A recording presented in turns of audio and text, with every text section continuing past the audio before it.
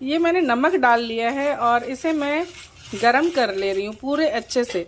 Actually मैं अब बनाने जा रही हूँ चने का भूजा।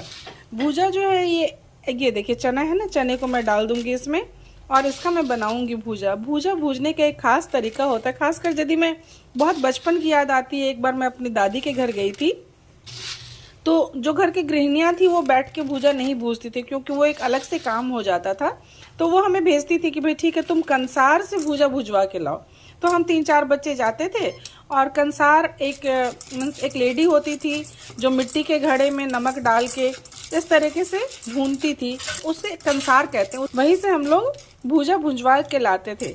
तो वही आज मुझे अचानक से याद आ गया, तो मैंने सोचा चलो इस तरीके से भूजा भूज के देखते हैं।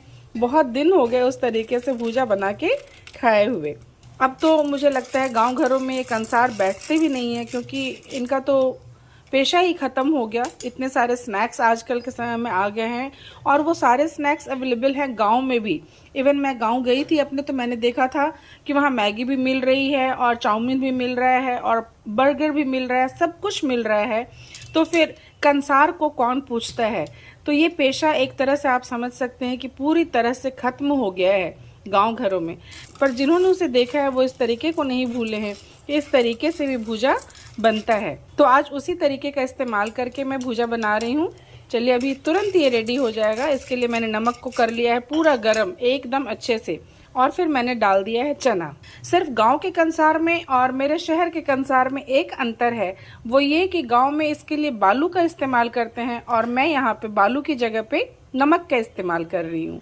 जैसे मकई का लावा फूटता है ना, वैसे ही ये चने के फूटने की आवाज़ आपको आ रही होगी। तो ये जब तैयार हो जाएगा तो इसे हम लोग छलनी से छान लेंगे और नमक को बिल्कुल अलग कर लेंगे और चना बिल्कुल खाने के लिए रेडी होगा। तो इसके लिए मुझे थोड़ा वेट करना पड़ेगा, क्योंकि हमारे यहाँ एक्चुअली लोहे वाली छलनी नहीं है। तो मैं वेट करूँगी इसके ठंडे होने का, ताकि जब ये ठंडी हो जाए तो मैं प्लास्टिक के छलनी में इसे छान के नमक अलग कर लूँगी और चना जो है उसे अलग से खाएंगे।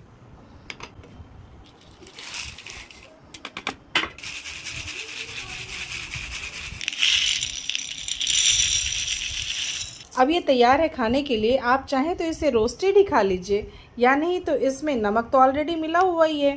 तेल, हरी मिर्च और प्याज को बारीक बारीक काट के डालिए और फिर उसे अच्छे से मैश कीजिए और तब खाइए। पर मैं तो चली यूं ही खाने।